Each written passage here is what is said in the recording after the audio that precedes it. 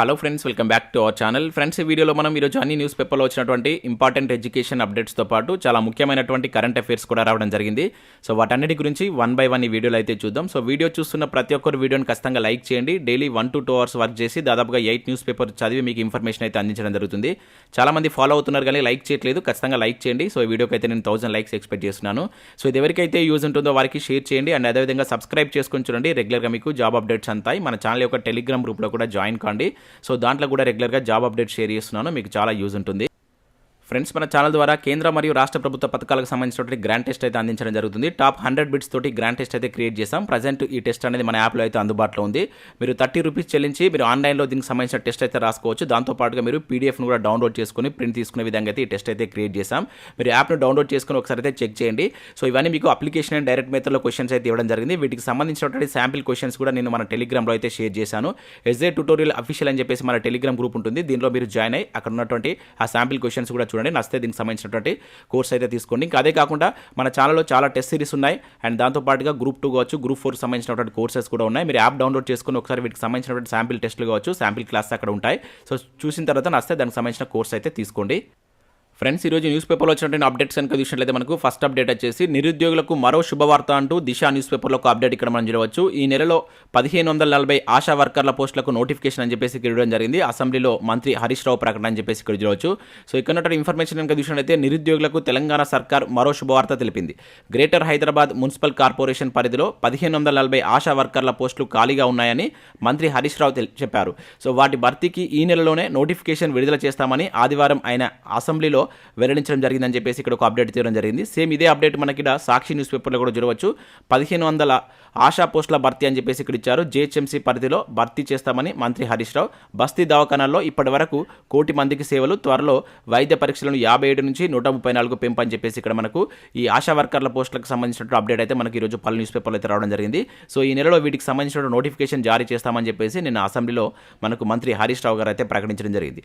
So next విషయం అయితే మనకి ఇక్కడ గురుకులాల్లో పోస్టులను భర్తీ చేస్తామంటూ మరొక అప్డేట్ కూడా చూడవచ్చు. మంత్రి సబితా వెల్లడి అని చెప్పేసి ఇక్కడ ఇచ్చారు. సో గురుకులాలు, రెసిడెన్షియల్ స్కూళ్లను కాలేజీలుగా అప్గ్రేడ్ చేశామని, అప్గ్రేడ్ చేసిన చోట్ల పోస్టుల భర్తీ చేస్తామని విద్యాశాఖ మంత్రి సబితా ఇందర్ రెడ్డి ప్రకటించారు. ఏ నియోజకవర్గంలో గురుకుల మంజూరైతే అక్కడే ఏర్పాటు అయ్యేలా చేస్తామని చెప్పేసి చెప్పడం జరిగింది. ఆదివారం అసెంబ్లీలో సభ్యులు అడిగినటువంటి ప్రశ్నలకు సమాధానంగా సో ఇటువంటి ప్రకటన అయితే మనకు సబితా ఇందర్ రెడ్డి గారు అయితే చేయడం జరిగింది. సో గురుకులాల్లో పోస్టులను భర్తీ చేస్తామని చెప్పేసి ఇక్కడ ఒక ప్రకటన అయితే చేశారు. సో నెక్స్ట్ అప్డేట్ కనుక చూసినట్లయితే మనకు BSF నుంచి 1284 వేకెన్సీస్ తోటి మరొక నోటిఫికేషన్ అయితే రిలీజ్ కావడం జరిగింది బార్డర్ సెక్యూరిటీ ఫోర్స్ నుంచి. సో దీనిలో మనకు 1220 వేకెన్సీ వచ్చేసి మేల్కు ఉన్నాయి, 64 వేకెన్సీ వచ్చేసి మనకు ఫీమేల్కి అయితే ఉండడం జరిగింది. సో ఇవన్నీ మనకు కానిస్టేబుల్ క్యాడర్కి సంబంధించినటువంటి పోస్టులు. ఇక్కడ మీరు వాటికి సంబంధించినటువంటి వివరాలు అయితే చూడవచ్చు. సో ఇక్కడ కుక్కు కావచ్చు, అదేవిధంగా బార్బర్కి సంబంధించి, స్వీపర్, వెయిటర్కి సంబంధించినటువంటి పోస్టులు అయితే ఉన్నాయి. వాటికి సంబంధించి మనకు ఇక్కడ UR కావచ్చు, EWS, OBC, SC, STకి ఏ విధంగా వేకెన్సీస్ ఉన్నాయని చెప్పేసి ఇచ్చారు. మొత్తం ఇక్కడ 1220 వేకెన్సీ వచ్చేసి మేల్కి సంబంధించిన వేకెన్సీస్. నెక్స్ట్ ఫీమేల్కి సంబంధించి చూసినట్టయితే 64 వేకెన్సీ అయితే ఉన్నాయి. వీటికి మీరు ఆన్లైన్లో అప్లై చేసుకోవాల్సి అయితే ఉంటుంది. ఇక్కడ దీనికి సంబంధించినటువంటి వెబ్సైట్ లింక్ కూడా ఇచ్చారు. ఇంకా మనకు దీనికి సంబంధించినటువంటి ఆన్లైన్ అప్లికేషన్ ప్రాసెస్ అయితే స్టార్ట్ కాలేదు. సో నోటిఫికేషన్ రిలీజ్ అయినాక మనకు ఈ BSF వెబ్సైట్లో 30 days దాకా అప్లై చేసుకునే ఛాన్స్ ఇస్తారని చెప్పేసి అయితే దీనిలో అయితే మెన్షన్ చేయడం జరిగింది. 18 to 25 years మధ్య మీకు ఏజ్ అనేది ఉండాలి. దాంతోపాటుగా మీకు ఏజ్ రిలాక్సేషన్స్ అయితే వర్తిస్తాయి. ఎడ్యుకేషన్ క్వాలిఫికేషన్ వచ్చేసి ఇక్కడ మీకు 10th పాటుగా ఇక్కడ must be proficiency in respective trade అని చెప్పేసి ఇవ్వడం జరిగింది. మీకు 10th క్లాస్తో పాటు ఇక్కడ ఇచ్చినటువంటి ట్రేడ్లో మీకు ప్రొఫిషియన్సీ ఉండాలని చెప్పేసి అయితే మెన్షన్ చేయడం జరిగింది. ఇంకా దాంతోపాటుగా ఫిజికల్ స్టాండర్డ్స్ కూడా ఉండాలి. సో హైట్ కావచ్చు, చెస్ట్ ఇట్లా మేల్ అండ్ ఫీమేల్కి సంబంధించి ఇక్కడ ఇవ్వడం జరిగింది. సో ఇక్కడ పోస్టును బట్టి మీకు హైట్ ఏ విధంగా ఉండాలి, చెస్ట్ ఏ విధంగా ఉండాలి అనే డీటెయిల్స్ కూడా ఇచ్చారు. ఈ పూర్తి PDF లింక్ నేను మన టెలిగ్రామ్లో షేర్ చేస్తాను. మీరు మన టెలిగ్రామ్ గ్రూప్లో జాయిన్ కాండి. సో దీనికి సంబంధించినటువంటి పర్టికులర్ ఎలిజిబిలిటీస్ మీకు ఉన్నట్లయితే వీటికి అప్లై చేసుకునే ప్రయత్నం అయితే చేయండి. సో నెక్స్ట్ అప్డేట్ కనుక చూసినట్లయితే ఇక్కడ చరిత్రను జయిద్దామంటూ దిశ న్యూస్ పేపర్లో మనకు ఒక మంచి ఆర్టికల్ అయితే రావడం జరిగింది. జైల్ హిస్టరీ ప్రిపరేషన్ ప్లాన్ అంటే ఇక్కడ చూడవచ్చు. సో జైల్ హిస్టరీకి ప్రిపేర్ అవుతున్న అభ్యర్థులకు యూజ్ అయ్యే విధంగా ఒక ఆర్టికల్ అయితే ఇచ్చారు. ఏ విధంగా చరిత్రను చదవాలి, దానికి సంబంధించి మనకు ఆధునిక భారతదేశ చరిత్ర కావచ్చు, మధ్యయుగ భారతదేశ చరిత్ర, అదేవిధంగా ప్రాచీన భారతదేశ చరిత్రకు సంబంధించిన అంశాలను అయితే ఇక్కడ చర్చించడం జరిగింది. దాంతోపాటుగా మనకు ఇదే న్యూస్ పేపర్లో సో ఇక్కడ గ్రూప్స్కి యూజ్ అయ్యే విధంగా గ్రూప్ 2 కావచ్చు, group 3 and group 4 SI constable special అని చెప్పేసి మనకు జాగ్రఫీ అయితే ఇచ్చారు. సో ఇక్కడ గోదావరి నది వ్యవస్థకు సంబంధించినటువంటి ఆర్టికల్ అయితే ఇవ్వడం జరిగింది. ఇవి రెండు మనకు దిశ న్యూస్ పేపర్లో అయితే ఇచ్చారు. సో ఒకసారి మీరు దిశ న్యూస్ పేపర్ డౌన్లోడ్ చేసుకుని చూడండి, లేదంటే మన టెలిగ్రామ్లో జాయిన్ కండి. SJTutorials అఫీషియల్ అని చెప్పేసి కనబడుతుంది, లేదంటే మీరు సెర్చ్ బార్లో SJTutorials 03 అని చెప్పేసి సెర్చ్ చేసినా కూడా మన గ్రూప్ వస్తుంది. మీరు అట్లా జాయిన్ అయ్యి అక్కడ నుంచి కూడా వీటిని మీరు పొందవచ్చు. సో నెక్స్ట్ మనకు ఆంధ్రజ్యోతిలో కూడా చాలా మంచి ఆర్టికల్స్ అయితే ఇచ్చారు. గ్రూప్ 1 మెయిన్స్ ప్రత్యేకం అని చెప్పేసి ఇక్కడ చూడవచ్చు. తెలంగాణ ఉద్యమంలో సమీకరణ దశ యొక్క ప్రత్యేకత ఏంటి, దాన్ని ఏ విధంగా చదవాలి, దానిలో మనం గుర్తుంచుకోవాల్సినటువంటి పాయింట్స్ ఏందని చెప్పేసి ఇక్కడ జరిగింది. ఇది మనకు అన్ని పోటీ పరీక్షలు యూజ్ అయ్యేటువంటి మంచి ఆర్టికల్. ఒకసారి మీరు ఆంధ్రజ్యోతిని కూడా డౌన్లోడ్ చేసుకుని వీటైతే పొందవచ్చు. ఇంకా అదే ఆంధ్రజ్యోతిలో మనకు కేంద్ర బడ్జెట్ 2023-24కి సంబంధించినటువంటి ఆర్టికల్ కూడా ఇచ్చారు. చాలా మంచిగా ఉంది ఇది. సో దీనిలో మనకు బడ్జెట్కి సంబంధించినటువంటి ముఖ్యమైన అంశాలు ఏంటి, మనకి ఎగ్జామినేషన్ పాయింట్ ఆఫ్ వ్యూలో ఏమి గుర్తుంచుకోవాలనేటువంటి కంప్లీట్ డీటెయిల్స్ తోటి ఈ బడ్జెట్కి సంబంధించినటువంటి ఆర్టికల్ కూడా ఇచ్చారు. ఒకసారి దీన్ని చూసేటువంటి ప్రయత్నం చేయండి. సో నెక్స్ట్ చూసినట్లయితే మనకి ఇక్కడ చెన్నైలో national institute of ocean technology నుంచి 89 ప్రాజెక్ట్ స్టాఫ్ పోస్టులకు సంబంధించిన నోటిఫికేషన్ అయితే రిలీజ్ అయింది. సో ఇక్కడ ప్రాజెక్ట్ సైంటిస్ట్ కావచ్చు అండ్ అదేవిధంగా సైంటిఫిక్ అసిస్టెంట్కి సంబంధించినటువంటి వేకెన్సీ అయితే ఉన్నాయి. సో పోస్ట్ను అనుసరించి మీకు స్పెషలైజేషన్లో 10th పాటుగా ఐటీఐ కావచ్చు, గ్రాడ్యుయేషన్, డిప్లొమా, బీఎస్సీ అండ్ అదేవిధంగా బీఈ బీటెక్ చేసినటువంటి అభ్యర్థులకు అప్లై చేసుకునే విధంగా ఈ పోస్టులు అయితే ఉన్నాయి. సో ఇంటర్వ్యూ అదేవిధంగా టెస్ట్ ఆధారంగా ఎంపిక ప్రక్రియ అయితే ఉంటుంది. సో వీటికి సంబంధించి చివరి తేదీ వచ్చేసి February 28 అయితే లాస్ట్ డేట్ ఉంది. మీరు వెబ్సైట్కి వెళ్ళి చూసి పూర్తి వివరాలు కనుక మీకు ఎలిజిబిలిటీస్ కనుక ఉన్నట్లయితే వీటికి మీరు అప్లై చేసుకునేటువంటి ప్రయత్నం అయితే చేయండి. సో నెక్స్ట్ మరొక నోటిఫికేషన్ కూడా ఇక్కడ రిలీజ్ కావడం జరిగింది. 405 కోళ్లతోటి మనకు SECILలో ఈ నోటిఫికేషన్ అయితే రిలీజ్ చేశారు. రీసెంట్గా దీనికి సంబంధించి మనం ప్రీవియస్ వీడియోలో కూడా ఎక్స్ప్లెయిన్ చేయడం జరిగింది. సో ఈ రోజు ఈనాడులో దీనికి సంబంధించినటువంటి డీటెయిల్స్ అయితే ఇచ్చారు. సో దీని యొక్క ఎంపిక ప్రక్రియ ఏ విధంగా ఉంటుంది, అర్హతలు ఏంటి అండ్ అదేవిధంగా వీటి యొక్క శాలరీస్ ఏ విధంగా ఉంటుంది, జాబ్ ప్రొఫైల్ ఏ విధంగా ఉంటుంది అనే డీటెయిల్స్ అయితే ఈనాడులో ఇచ్చారు. ఒకసారి చూసేటువంటి ప్రయత్నం చేయండి. ఇవి మనకు వివిధ న్యూస్ పేపర్లో వచ్చినటువంటి important education updates. Next current affairs అయితే చూద్దాం. సో ఈరోజు అయితే చాలా ఇంపార్టెంట్ కరెంట్ అఫైర్స్ ఉన్నాయి, స్కిప్ చేయకుండా చూడండి. ప్రతి ఒక్కరైతే లైక్ చేయండి. సో ఓకే, వీడియోలో మీకు కరెంట్ అఫైర్స్ కావచ్చు, ఎడ్యుకేషన్ అప్డేట్స్ కలిపి అయితే అందించడం జరుగుతుంది. సో ఇక్కడ మన ఫస్ట్ కరెంట్ అఫైర్ కనుక చూసినట్టయితే 12 రాష్ట్రాలకు కొత్త గవర్నర్లు అంటూ ఒక ఇంపార్టెంట్ కరెంట్ అఫైర్ అయితే చూడవచ్చు. 12 రాష్ట్రాలకు అదేవిధంగా ఒక కేంద్రపాలిత ప్రాంతాలకి మొత్తం 13 మంది గవర్నర్లు అయితే కేంద్ర ప్రభుత్వం అయితే చేంజ్ చేయడం జరిగింది. సో చాలా ఇంపార్టెంట్, వీటన్నిటి మనం గుర్తుంచుకోవాల్సి అయితే ఉంటుంది. దీనిలో మన తెలుగు రాష్ట్రాలకు సంబంధించి ఆంధ్రప్రదేశ్ గవర్నర్ కూడా చేంజ్ కావడం జరిగింది.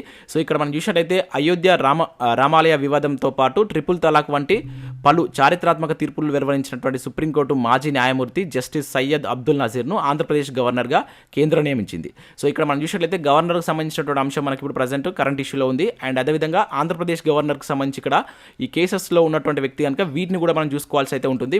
ఫర్ ఎగ్జాంపుల్ ఇక్కడ మనం ట్రిపుల్ తలాక్ కేసు గురించి వచ్చింది కనుక ఇది మనకు 2017లో వెలువడినటువంటి తీర్పు. So Shayara Bano versus union of India అని చెప్పేసి మనం చదువుతాం. సో వాటిని కూడా మనం చూసుకోవాల్సి ఉంటుంది. అదేవిధంగా అయోధ్య రామాలయం కేసు అనేది ఏ సంవత్సరంలో వెలువడింది అనేది కింద కామెంట్ చేసేటువంటి ప్రయత్నం చేయండి. దాంతోపాటుగా మనకు గవర్నర్ నియామకం సంబంధించి మనకు రాజ్యాంగంలో ఏ ఆర్టికల్ తెలుపుతుందనేది కూడా కింద కామెంట్ చేసేటువంటి ప్రయత్నం చేయండి. సో నెక్స్ట్ ఇక్కడ చూసినట్టు మనకు ఏపీ గవర్నర్గా విశ్వభూషణ్ హరిచందన్ను ఛత్తీస్గఢ్కి అయితే పంపించడం జరిగింది. మొత్తం 6 కొత్త గవర్నర్లను నియమించింది. దాంతోపాటు 7 మారుస్తూ ఆదివారం అయితే నిర్ణయం తీసుకుంది. సో దీనిలో మనకు ఇక్కడ చూసినట్లయితే మహారాష్ట్ర గవర్నర్ కూడా చేంజ్ చేయడం జరిగింది అనమాట. చాలా ఇంపార్టెంట్, మహారాష్ట్ర గవర్నర్ కూడా ఇటీవల చాలా మనకు వార్తల్లో నిలిచినటువంటి పర్సన్ కనుక సో అతన్ని కూడా ఇక్కడ కేంద్ర ప్రభుత్వం చేంజ్ చేస్తే అయితే మనకు ఉత్తర్వులు అయితే జారీ చేసింది. సో ఈ నియామకాలకు రాష్ట్రపతి ద్రౌపది ముర్ము ఆమోద ముద్ర వేశారని చెప్పేసి ఇక్కడ చూడవచ్చు. ఇక్కడ చూసినట్లయితే మనకు వివాదాస్పద మహారాష్ట్ర గవర్నర్ భగత్ సింగ్ కోశ్యారీతో పాటు Ladakh lieutenant governor RK Mathur రాజీనామా చేశారని చెప్పేసి కూడా ఇక్కడ మనం చూడవచ్చు. సో ఇక్కడ చూసినట్లయితే ఆ కొత్త గవర్నర్కి సంబంధించిన లిస్ట్ కూడా ఇవ్వడం జరిగింది. ఆంధ్రప్రదేశ్ సంబంధించి మనకు జస్టిస్ ఎస్ఎల్ నజీర్ కావచ్చు, అదేవిధంగా మహారాష్ట్ర రమేష్ బైస్ అండ్ అదేవిధంగా బీహార్కి సంబంధించి విశ్వనాథన్ రాజేంద్ర ఆర్లేకర్ అని చెప్పేసి, ఛత్తీస్గఢ్ సంబంధించి విశ్వభూషణ్ హరిచందన్ అని చెప్పేసి ఇట్లా టోటల్గా మనకు 13 మంది సంబంధించిన లిస్ట్ కూడా ఇచ్చారు.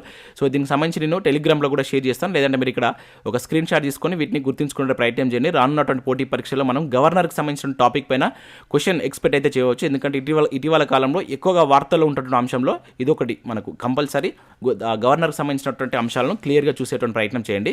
సో నెక్స్ట్ చూసినట్లయితే మనకు హర్యానాలోని ఫరీదాబాద్లో జరుగుతున్నటువంటి 36వ సూరజ్ కండ్ ఇంటర్నేషనల్ క్రాఫ్ట్ మేళా అంటే ఇక్కడ చూడవచ్చు.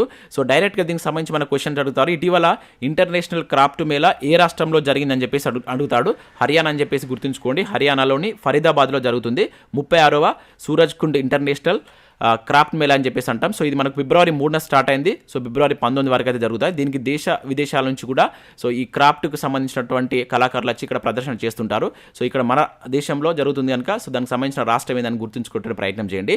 సో నెక్స్ట్ చూసినట్లయితే ఇక్కడ నేటి నుంచి ఏరో ఇండియా ప్రదర్శన అంటే ఇక్కడ చూడవచ్చు ప్రారంభించనున్నటువంటి ప్రధాని మోడీ అని చెప్పేసి ఇచ్చారు. సో మనకు బెంగళూరులో ఈ ఏరో ఇండియా 2023 ప్రదర్శన అయితే ఈ రోజు నుంచి అయితే ప్రారంభం కానుంది. The run way to A billion opportunities పేరిట సో దీన్ని అయితే వాళ్ళు నిర్వహించబోతున్నారు. సో దీన్ని ఈ రోజు మనకు మోడీ గారు అయితే ప్రారంభించున్నట్లు ఇక్కడ మనం గుర్తుంచుకోవాల్సి అయితే ఉంటుంది. అంటే డైరెక్ట్గా ఎట్లా అడుగుతారంటే ఏరో ఇండియా ప్రదర్శన ఇటీవల ఎక్కడ జరిగిందని చెప్పేసి అంటారు. సో బెంగళూరు అని చెప్పేసి గుర్తుంచుకోండి. 2023కు సంబంధించిన ప్రదర్శన ఇది. సో నెక్స్ట్ విషయం అయితే మనకు Delhi Mumbai express way first phase ప్రారంభం అంటూ ఒక ఇంపార్టెంట్ కరెంట్ అఫేర్ ఇక్కడ చూడవచ్చు. ఢిల్లీ దౌసాలాల్ సోట్ సెక్షన్ను ప్రారంభించినటువంటి మోడీ అని చెప్పేసి ఇక్కడ ఇవ్వడం జరిగింది. సో మనకు దేశంలోనే అతి పొడవైనటువంటి ఢిల్లీ ముంబై ఎక్స్ప్రెస్ వేలో భాగంగా ఫస్ట్ ఫేజ్ను మనకు నిన్నైతే స్టార్ట్ చేశారు. సో ఇది వచ్చేసి మనకు ఢిల్లీ దౌసా లాల్ సోట్ సెక్షన్ను నరేంద్ర మోడీ గారు నిన్నైతే ప్రారంభించడం జరిగింది. సో ఆదివారం రాజస్థాన్లో ఉన్నటువంటి దౌసా జిల్లా ధన్వార్ గ్రామం వద్ద దీని అయితే స్టార్ట్ చేశారు. చాలా ఇంపార్టెంట్ ఇది. సో దాంతోపాటుగా ఇంకా 18,000 కోట్లతో చేపట్టినటువంటి కొన్ని ప్రాజెక్టులు కూడా నిన్న మోడీ గారు అయితే స్టార్ట్ చేయడం జరిగింది. సో ఇక్కడ మనకి ఈ ఎక్స్ప్రెస్ వే యొక్క ప్రత్యేకతలు ఏంటో చూద్దాం. సో ఇక్కడ చూసినట్లయితే ఇది ఫస్ట్ ఫేజ్ కింద ఢిల్లీ సోహ్నా దౌసాలాల్ సోట్ సెక్షన్ను 246 కిలోమీటర్ల పొడవు అయితే నిర్మించున్నారు. సో దీనికి సంబంధించి 1,200 కోట్లు అయితే ఖర్చు చేస్తారు. ప్రస్తుతం మనకు ఢిల్లీ నుంచి జైపూర్ ప్రయాణానికి 5 గంటలు పడుతుండగా ఈ ఎక్స్ప్రెస్ వే ద్వారా సో సగం టైంకి అయితే పడిపోతుందంట. అండ్ నెక్స్ట్ విషయం అయితే ఇక్కడ ఢిల్లీ నుంచి హర్యానా, రాజస్థాన్, మధ్యప్రదేశ్, గుజరాత్ మీదుగా మహారాష్ట్ర వరకు మొత్తం 1386 కిలోమీటర్ల పొడవున ఈ ఢిల్లీ ముంబై ఎక్స్ప్రెస్ వేను నిర్వహించున్నారు. అంటే టోటల్గా మనకి ఇది ఢిల్లీ ముంబైకి సంబంధించినటువంటి ఎక్స్ప్రెస్ వే. దానిలో మనకు ఫస్ట్ ఫేజ్ వచ్చేసి ఈరోజు నిన్న స్టార్ట్ చేయడం జరిగింది. 246 కిలోమీటర్లు. సో ఇది గుర్తుంచుకోండి. ఇది మనకు దేశంలోనే అతి పొడవైనటువంటి ఎక్స్ప్రెస్ వే అనమాట. సో దీనికి సంబంధించి మనకు రానున్నటువంటి పోటీ పరీక్షల్లో క్వశ్చన్ అడగడానికి ఛాన్స్ ఉంటుంది. ఇంకా ముందు కూడా దీనికి సంబంధించిన అప్డేట్స్ వస్తాయి. మనం చూసేటువంటి ప్రయత్నం అయితే చేద్దాం. సో నెక్స్ట్ విషయంలో అయితే 15 నుంచి కాకినాడలో జాతీయ మహిళా హాకీ పోటీలు అంటే చెప్పేసి ఇక్కడ ఒక అప్డేట్ చూడవచ్చు. 9 రోజులు 26 రాష్ట్రాల నుండి క్రీడాకారులు అని చెప్పేసి ఇక్కడ ఇచ్చారు. సో మనకు 13వ జాతీయ మహిళా హాకీ టోర్నీ ఇటీవల ఎక్కడ జరిగాయని చెప్పేసి అడగడానికి ఛాన్స్ ఉంటుంది. సో ఇది మన ఆంధ్రప్రదేశ్కి సంబంధించినటువంటి కాకినాడలో జరుగుతున్నట్లు ఇక్కడ ఒక అప్డేట్ అయితే రావడం జరిగింది. సో ఇవి మనకు ఈరోజు వివిధ న్యూస్ పేపర్లో వచ్చినటువంటి ఇంపార్టెంట్ కరెంట్ అఫేర్స్, అదేవిధంగా ఎడ్యుకేషన్ అప్డేట్స్. సో వీడియో నచ్చినట్లయితే లైక్ చేసి మీ మిత్రులకైతే షేర్ చేయండి. సో అదేవిధంగా మన యాప్ను అయితే డౌన్లోడ్ చేసుకోండి. సో దాంట్లో మీకు చాలా యూస్ఫుల్ కోర్స్ అయితే ఉన్నాయి. ముఖ్యంగా నిన్న మేము ఈ ఏదైతే కేంద్ర ప్రభుత్వ పథకాలు కావచ్చు, రాష్ట్ర ప్రభుత్వ పథకాలకు సంబంధించినటువంటి టెస్ట్ సిరీస్ కూడా లాంచ్ చేయడం జరిగింది. టాప్ 100 బిట్స్ తోటి మీకు ఇది రానున్నటువంటి అన్ని పోటీ పరీక్షలు యూజ్ అయ్యే విధంగా ఈ క్వశ్చన్స్ అయితే క్రియేట్ చేయడం జరిగింది. సో వీటికి సంబంధించి మీరు శాంపిల్ క్వశ్చన్స్ కూడా మన యాప్లో అయితే చూడవచ్చు. సో ఇక్కడ మనం కేంద్ర ప్రభుత్వ పథకాలకు సంబంధించి, అదేవిధంగా రాష్ట్ర ప్రభుత్వ పథకాలకు సంబంధించిన శాంపిల్ క్వశ్చన్స్ కూడా మీరు ఇక్కడైతే చూడవచ్చు. సో ఈ విధంగా మీకు పీడిఎఫ్ కూడా డౌన్లోడ్ చేసుకొని ప్రింట్ తీసుకునే విధంగా దీన్ని అయితే మీకు ఇవ్వడం జరుగుతుంది. ఇక్కడ మీరు క్వశ్చన్స్ అయితే చూడవచ్చు. సో ఇట్లా అప్లికేషన్ అండ్ డైరెక్ట్ మెథడ్లో ఈ క్వశ్చన్స్ అయితే ఉంటాయి. ఒకసారి మీరు యాప్ను డౌన్లోడ్ చేసుకుని అయితే చూసేటువంటి ప్రయత్నం చేయండి. నచ్చితే దీనికి సంబంధించినటువంటి కోర్స్ అయితే తీసుకోండి. సో ఇది ఫ్రెండ్స్, వీడియో నచ్చినట్లయితే లైక్ చేసి మీ మిత్రులకైతే షేర్ చేయండి. Thanks for watching. Thank you everyone.